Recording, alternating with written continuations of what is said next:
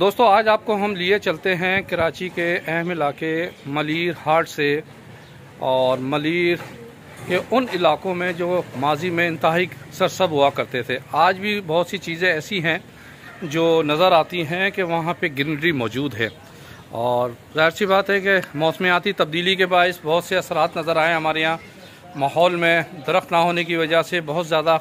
गर्मी की शिद्दत है। आइए चलते हैं, आज आपको हम मलयर हाल्ट से लेके चलते हैं डमलोटी के इलाके और सुपर हाईवे तक, जहाँ पर मेन यानी कि सुपर हाईवे मिलता है, वहाँ तक लेके चलते